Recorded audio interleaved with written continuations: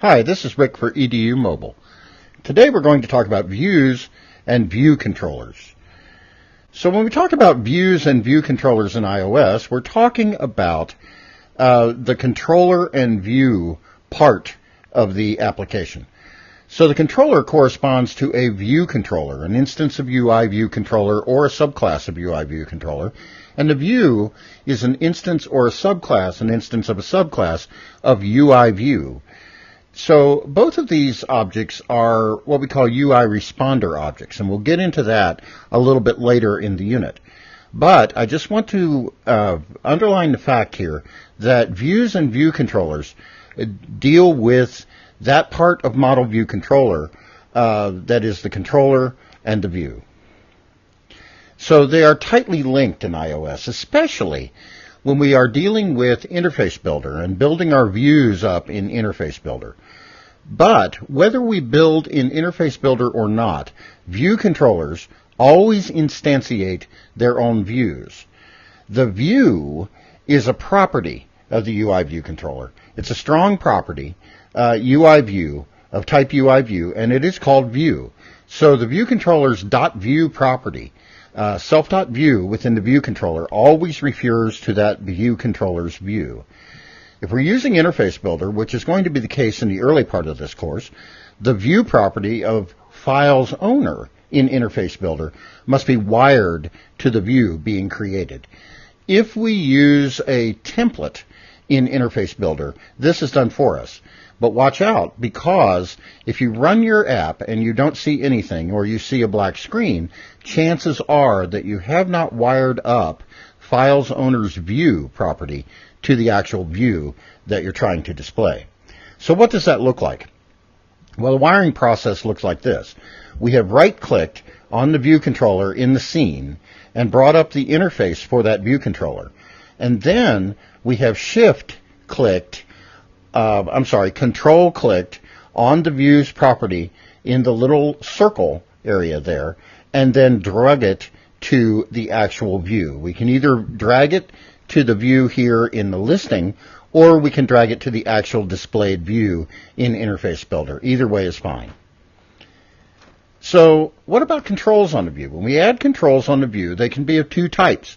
They're either going to be active controls, which are controls that will cause some action to be performed in our application, or they're going to be passive controls, and these are controls that only display information, like a label, for instance. Now, a control can be active and passive at the same time. A button, for example, we may want to use that button to initiate some action in the application, and then we might also want to change the text that's displayed in the button.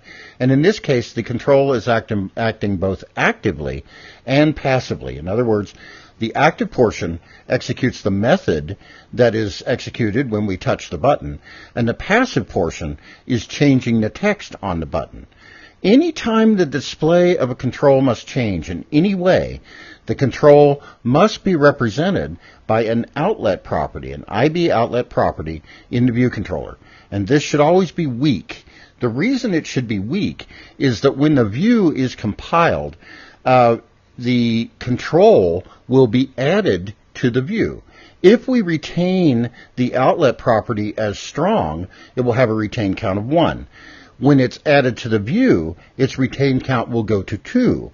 Later, when the view is deallocated, the retained count will be 1, and the outlet property may not be removed, and you could have a leak that way. So we should always set these up as weak properties. Weak properties, as we know, have a retained count of 0. Then when it's added to the view, it has a retained count of 1. When the view is deleted, the retained count goes back to 0, and it will be deleted the next time through the run loop. Okay, so that's a passive control. Anytime the display of a control must change. Anytime an action, though, is taken in response to a user interaction with a control, that control must have a method corresponding in the view controller that returns type IB action. So what are these really? Well, IB outlet is a flag that tells the compiler that a property in our view controller has a corresponding passive control in the nib file. That's why it's called an IB outlet. We're going to change some value, some property of that outlet. This is really a define IB outlet nothing. It's just a flag for the compiler, but it must be there in our properties that refer to passive controls. IB action is a flag that alerts the compiler that an active control for which this is the action method exists in the nib file. And this is really a type def from void to IB action. So really these IB action methods don't return anything.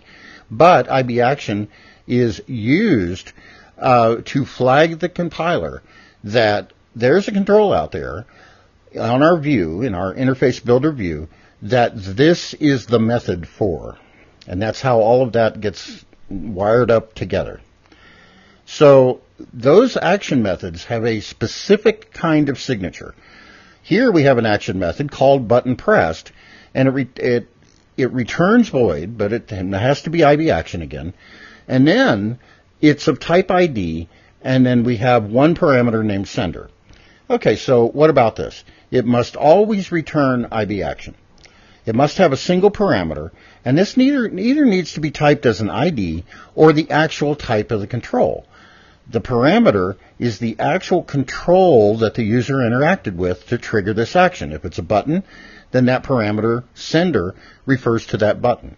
By the way, it doesn't need to be called sender, but the template for when we create an IB action method always gives us the name sender, and sender is fine. We know that sender sent the action method. So if any property of sender, the control, is going to be modified, it's best to go ahead and type sender as the actual type of the control. So if sender is a button, we would have UI button star sender rather than ID, but otherwise ID is usually preferred. Sometimes we internally in the method cast ID to the actual type of the sender, but really it's much cleaner to just go ahead and type the sender parameter to whatever type we need. So we have an example here. In this example, we need to assume that a property exists, a UI label called display, and notice that it is an IB outlet property, and notice that it is weak.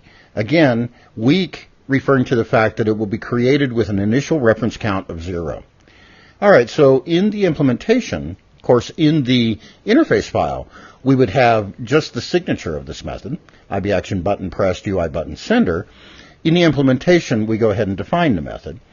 Okay, so within the curly braces, the first thing we do is we set self.display, remember that is our outlet label, we set its text property to hello world. And then we set sender's hidden property to yes. This is the reason we must interact with sender inside this method. This is the reason we have cast sender, the sender parameter, as a UI button. It's required if we're going to actually interact and change anything about sender.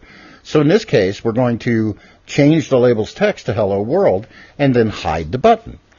If we had sent this as ID, then we would need to cast it somehow as a UI button anyway, because ID is any class. It does not have a hidden property, but UI button does. So it's a very convenient way to go ahead and change the property of a button in this case. Thank you very much.